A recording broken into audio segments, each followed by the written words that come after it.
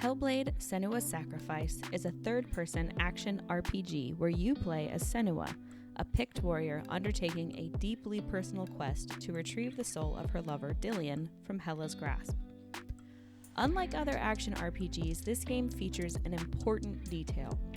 Senua explicitly experiences psychosis and likely has some form of schizoaffective disorder. I'll be honest, if I had known just a little bit about this game before attempting it, I probably would have never given it a chance. I personally find horror games terrifying, and not in a fun way. Hellblade isn't what I would consider a horror game, but it does make effective use of disturbing imagery in its attempts to represent the experience of psychosis. I stumbled across the game thinking it was something else entirely and decided to check it out.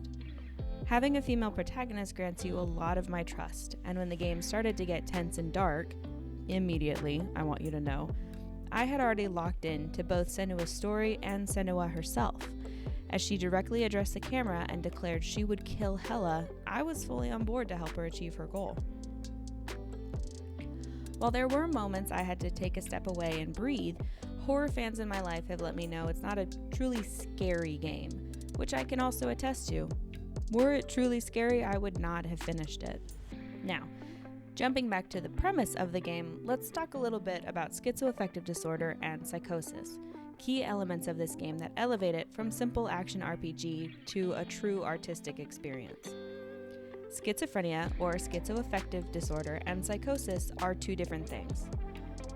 Per the Mayo Clinic, schizoaffective disorder is a mental health disorder that is marked by a combination of schizophrenia symptoms, such as hallucinations or delusions, and mood disorder symptoms, such as depression or mania. Schizoaffective disorder symptoms may vary from person to person. People with the condition experience psychotic symptoms, such as hallucinations or delusions, as well as symptoms of a mood disorder, either bipolar type, with episodes of mania and sometimes depression, or depressive type, which has episodes of depression. Although the development and course of schizoaffective disorder may vary, defining features include a major mood episode, depressed or manic, and at least a 2-week period of psychotic symptoms when a major mood episode is not present. Continuing from the Mayo Clinic, signs and symptoms of schizoaffective disorder depend on the type, bipolar or depressive type, and may include, among others, delusions, hallucinations, impaired communication and speech, bizarre or unusual behavior, symptoms of depression, periods of manic mood, impaired occupational, academic, and social functioning, and problems with managing personal care. This is a general condition that Senua experiences throughout her life, with various traumatic events exacerbating the condition and her likely experiencing other psychotic episodes prior to the events of the game. Psychosis is an event that can be triggered by traumatic events or as a result of a condition like Senua's. Per the National Institute of Mental Health, psychosis refers to a collection of symptoms that affect the mind, where there has been some loss of contact with reality. During an episode of psychosis, a person's thoughts and perceptions are disrupted, and they may have difficulty recognizing what is real and what is not. People with psychosis typically experience delusions, false beliefs, for example, that people on television are sending them special messages, or that others are trying to hurt them, and hallucinations, seeing or hearing things that others do not, such as hearing voices telling them to do something or criticizing them, which is something Senua experiences at length. Other symptoms can include incoherent or nonsense speech and behavior that is inappropriate for the situation. However, a person will often show changes in their behavior before psychosis develops. Behavioral warning signs for psychosis include suspiciousness, paranoid ideas, or uneasiness with others, trouble thinking clearly and logically, withdrawing socially and spending a lot more time alone, unusual or overly intense ideas, strange feelings, or a lack of feelings, decline in self-care or personal hygiene, disruption of sleep, difficulty telling fantasy from reality, confused speech or trouble communicating, and then a sudden drop in grades or job performance. The 3 big signs that jump out to me after experiencing Senua's story are Withdrawing socially and spending a lot more time alone, Senua made the decision to leave her tribe and go out into the wilderness in an attempt to defeat the darkness, despite knowing that her condition eases when she's with Dillion. Difficulty telling reality from fantasy, the entire premise of this game, and an unusual or overly intense ideas, clearly demonstrated by Senua's entire mission to fight her way to Hell to reclaim Dillion's soul from Hela. These symptoms make the most sense from a storytelling perspective to bring into a video game. Her withdrawing is what opens her up to the loss of Dillion, completely outside of her control, and subsequently blaming herself for his death. And followed up with difficulty telling reality from fantasy allows for a more fantastical setting and incorporation of more video game mechanics and boss fights as the developers try to tell a grounded story about this condition. As previously stated, Senua has been dealing with this condition for years before the events of the game. The game tells us she inherited it from her mother, who fights her own battles with the darkness and eventually falls to it. With how these conditions tend to manifest, it's no surprise that Senua's condition deteriorates with the death of her mother, a horribly traumatic event, creating vulnerability in her, allowing the darkness to take hold. Her symptoms worsen, and as a result, her father's treatment of her worsens as well. She only sees reprieve when Dillion welcomes her into a friendship that eventually evolves into romance. It's important to note that this does not cure her. She still battles with the darkness, and when a plague comes to the village, killing Dillion's father, Senua blames herself. This is what pushes her to isolate in the wilds, participating in a practice that the Picts would perform in an attempt to seek penance and purge the darkness. She is thus unable to help her people when the Northmen attack. Humanity still struggles to define and understand so many parts of our world, and her father could have been forgiven for his attempts to remove the curse. However, his actions came from a place of fear and derision. Senua already hated herself. She hated the darkness in her, hated how she was filled with the same thing that got her mother killed. It's fair to say that she wasn't strong enough prior to the events of the game to chase out her darkness. No amount of self-loathing would give her the strength to magically change something about herself that even we now do not know how to alleviate entirely. Dillion's love also was not enough to drive out the darkness, but it did help set her on a road of self-acceptance, and once she releases herself from the guilt of his death, she is able to move forward as a more whole, confident self. The game opens with Senua skillfully maneuvering a sparsely crafted, dugout canoe as she makes her way to what she believes are the shores of a distant island. As voiceover introduces you to Senua, the hallucination of the voices quickly informs you of her mental state, taunting you, expressing fear, and begging you to turn around. Senua presses forward despite this, despite the paranoia telling her she's being watched, that the darkness is here, waiting to devour her. Senua silently paddles through murky waters, passing bodies and effigies hung around her, and upon reaching shore, she disembarks, challenges the voices telling her that she's too weak to do this, and kicks the skiff back out into the water, stranding herself on the shore, forcing herself to see this through. Interacting with a stone carved with runes, you hear the voice of Druth, telling you about the Northmen and their beliefs, explaining where Senua got the idea of Hela.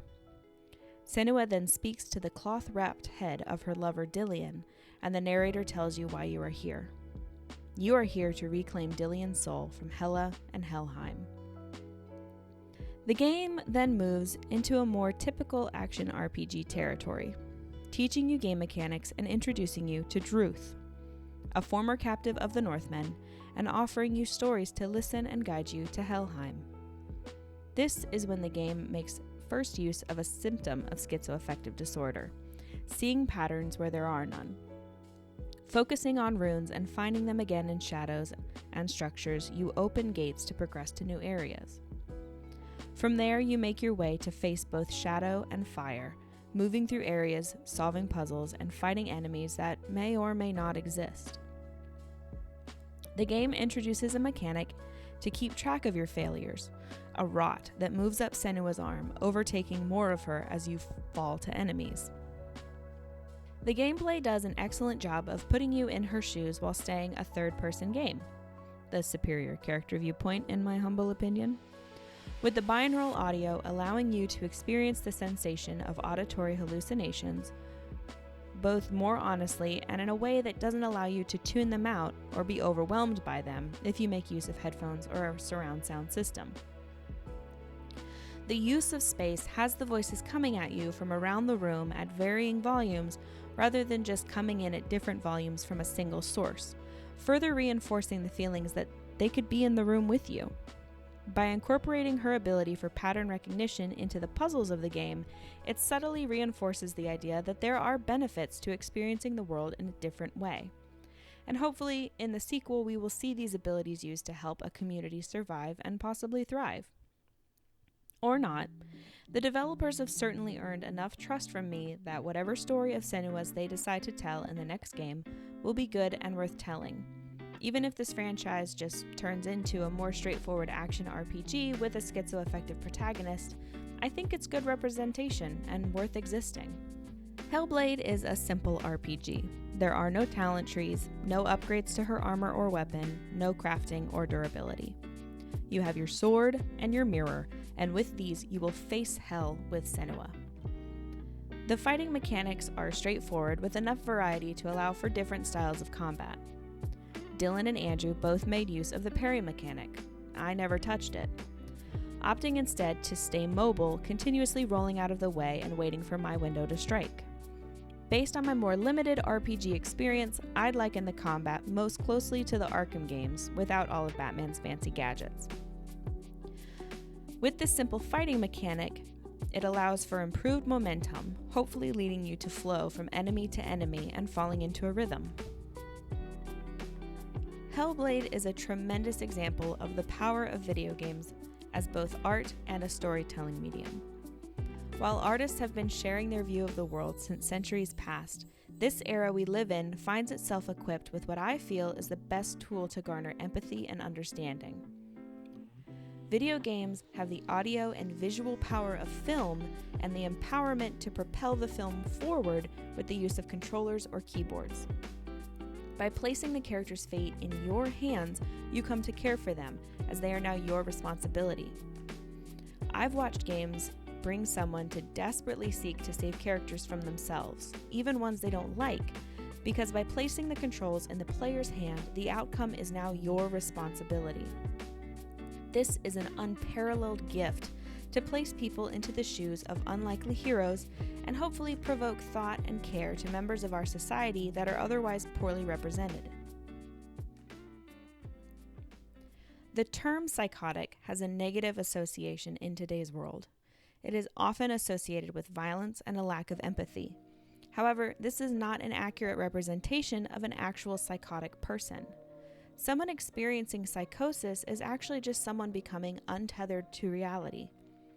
They experience a range of terrifying hallucinations and/or delusions, and these can lead to an understandable fear response. But this doesn't change who they fundamentally are. While I would never encourage an untrained person to engage with a stranger they think may be experiencing psychosis, if someone you know appears to be struggling, treating them with love and care while doing what you can to get them safe, appropriate treatment is worlds better than responding in fear yourself. Senua is not a real person, but she is based on the experiences of many real people, and she and Dillion are a brilliant example of what love and care can do to help someone with their own darkness. And while we no longer fear hordes of Northmen raiding our villages, and thus Senua's skills may not be so useful in our modern day and age, she is very capable. A skilled warrior and survivor, she stands up against other warriors in her village despite a challenge that could have locked her away from the world forever. This is true for the real people Senua is based on as well, and I would encourage you to challenge preconceived notions about people with psychosis and schizophrenia. Hellblade Senua's Sacrifice was a revelation to me. I had briefly learned some about mental health disorders in my course of study, but as it wasn't my specialty, I did not dive too deep into it. and at my first playthrough, I had not yet worked with patients experiencing schizophrenia or schizoaffective disorder. Nor is that my primary field of practice. But in the years since, the experience of Hellblade has taken the teeth out of the terms schizophrenia and psychosis and allowed me to feel comfortable expressing empathy and meeting my patients where they are. While no video game will truly convey the experience of going through life with these conditions, it does allow for a stranger like me to step into that field of view for a few hours to try to understand, to try to empathize, and to try to direct that empathy back out into the world. This earnest attempt is what I think elevates Hellblade Senua's Sacrifice from simple RPG to true artistic experience, and why I think that, even if RPGs or tense, unnerving imagery isn't your thing, you should give it a try. Senua is worth trying for, and the people she represents are worth trying for too. Thank you for watching. Kudos for making it to the end. This is my first attempt at a longer format video review and discussion, so any and all feedback would be most welcome. If this topic is of any interest to you, I also recommend you watch the documentaries that Ninja Theory created on the topic. One was released with Senua's Sacrifice, and one has just been released ahead of the launch of Senua Saga. Huge thank you to Dillion for the editing on this. While I did enjoy writing in college and have done my share of public speaking, video and audio editing is not yet a tool in my toolkit. So again, thank you, Dillion. If you enjoyed this video, please check out other videos on this channel by my brother Andrew and practically my brother Dillion. And if you want even more thoughts on video games from the perspective of some average gamers, check out Friendly Neighborhood Gamers wherever you listen to podcasts. Thanks so much for watching, and remember, stay friendly, gamers.